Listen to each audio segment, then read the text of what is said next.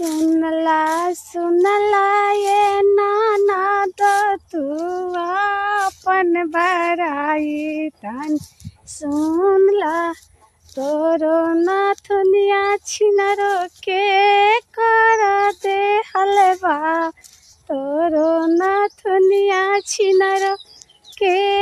कर दे हलवा तनी बता दो